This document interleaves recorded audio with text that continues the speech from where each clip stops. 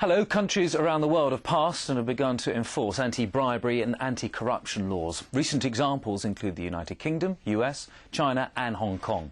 The enforcement of anti-bribery laws has had and will continue to have a dramatic impact on the liabilities of directors and officers of local and global companies. In order to provide directors and officers around the world with risk insights into these regulations and their enforcement, along with the potential exposures for directors and officers, we've developed a three-part series discussing anti-bribery statutes and enforcement in the UK, US, China and Hong Kong. In this webcast, we'll be focusing on the UK Bribery Act, which comes into effect in April 2011. We'll be looking at its implications for directors and officers with Martin Butterworth, who's a partner at Davis Arnold Cooper in the UK, and with Douglas Robare from Zurich Global Corporate. Gentlemen, thank you for joining us. First of all, let's start at the beginning. What laws and statutes are effectively created by this new piece of legislation? Well, the Bribery Act, first of all, codifies existing UK laws against bribery of various types, brings them all together.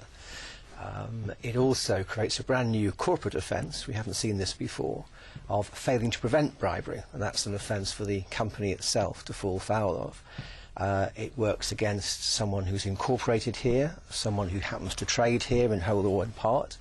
It catches their agents and their subsidiaries. And it is there to catch all the second and third hand ways that bribes might get paid around the world. A bribe is a bribe. Forget illegal niceties. I pay you money, you take my money. And there's the financial advantage that is a bribe.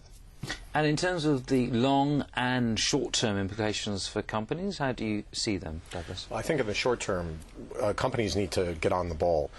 We've got the Bribery Act, which has come into place and is effective as of 2011. I think that extension was given because corporates were not prepared for this. That's in the immediate term. They need to get on with their corporate governance policies associated with anti-bribery. Then in the long term, what they need to do is ensure that it's up to date. That it reflects everything that has a change in law, and that it's correctly articulated to the greater audience, which is the company, to ensure that they are not running afoul of the new law coming into effect. The costs of this are massive. As a point of example, we had a case in which 1.6 million billable hours were charged.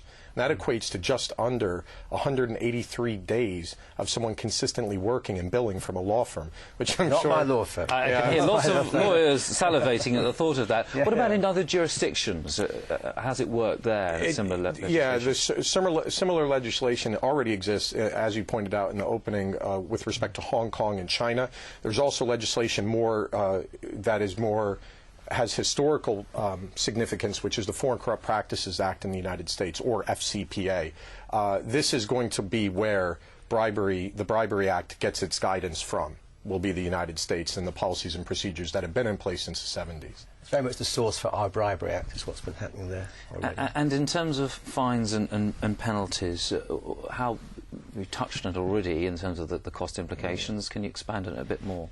Yeah, well, before we talk about fines and penalties, and moreover whether or not they're insurable, I think it's actually important to find out, is this stuff coverable under UK law? Yes. Fines and penalties, maybe yes, maybe no. It's a maybe area as to whether they're covered. At law, our UK law in this area is quite complicated. It's not yet been applied specifically to the situation arising under a D&O policy, or with the proliferation of fines and penalties. We now have got criminal, administrative and civil fines and penalties. I don't think ever a criminal fine or penalty will get paid under a D&O policy, but the yes, no, maybe area is for the other two, for administrative and for civil penalties. Well, using maybe as a backdrop, which is always a lawyer's trick. You have to look at the way the policies are constructed. Now, you're talking about the insurability of fines and penalties. Generally speaking, they're not covered. It's excluded in the definition of loss.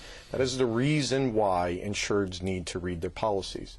Now, what is covered are the defense costs for individuals for investigations associated with fines and penalties. If it's against public policy, I don't think there is an insurance policy out there that could cover that.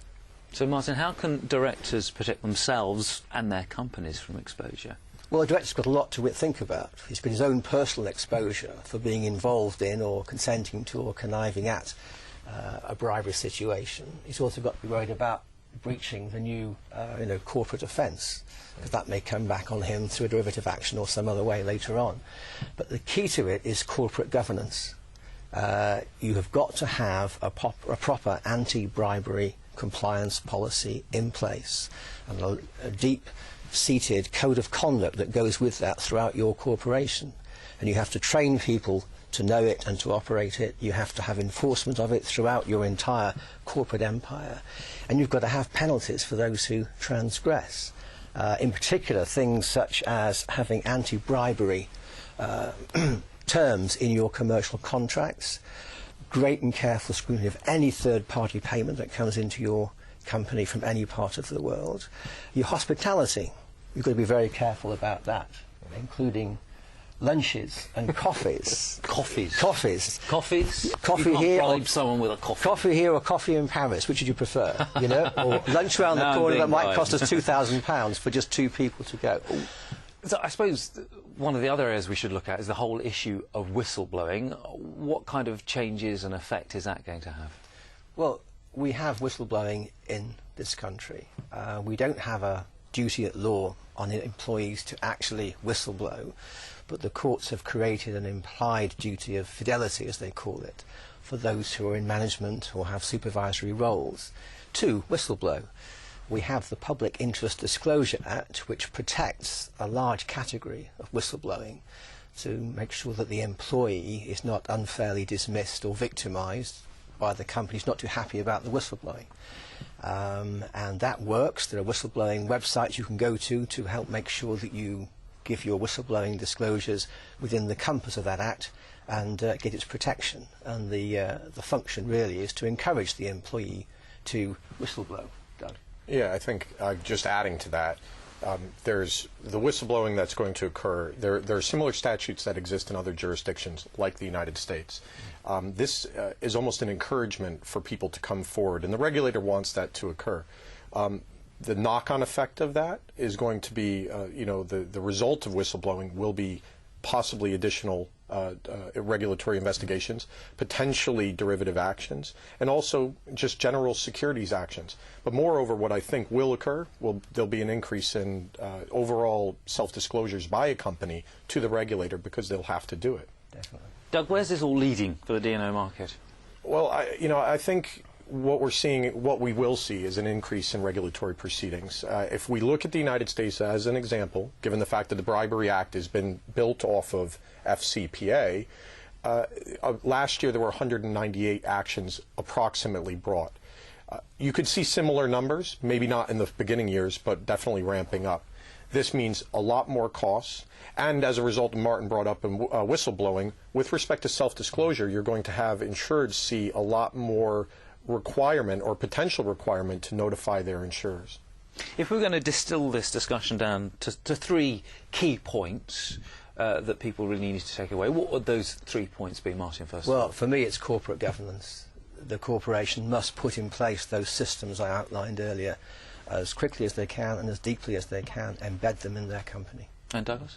Well, multinationals, in particular, that do business in multiple jurisdictions globally, need to start to consider the anti-bribery provisions and how far down within the organization they go. Moreover, if they have joint ventures, they need to ensure that that there's adequate internal control, so that should they have to go to the regulator with a self-reporting, they can evidence that they are correctly, they have a control environment. And Martin, I guess the importance of reading your policy is pretty You must read the policy, absolutely. And what you have to do as a director and officer is look for yourself in that policy, because the company's there too, so make sure you're there alongside or ahead of the company for the kind of things we've just been talking about. Well, reading your policy is important, but I would also say that one of the things you should do is, in addition to that, meet your claims department. You are buying a service, okay? And this is an advancement of defense cost policy, and I'd rather know people at day one build a rapport so that when the difficult discussion does occur, you're not talking over bills in the 11th hour. Gentlemen, thank you very much indeed. I'm afraid that is where we'll have to leave things for now. But if you want to add your points or have any questions, do please email us at directorsforum@zurich.com. Finally, thanks to our panel, Martin Butterworth from Davis Arnold Cooper in the UK and Douglas Robare from Zurich Global Corporate. Thank you for watching. Goodbye.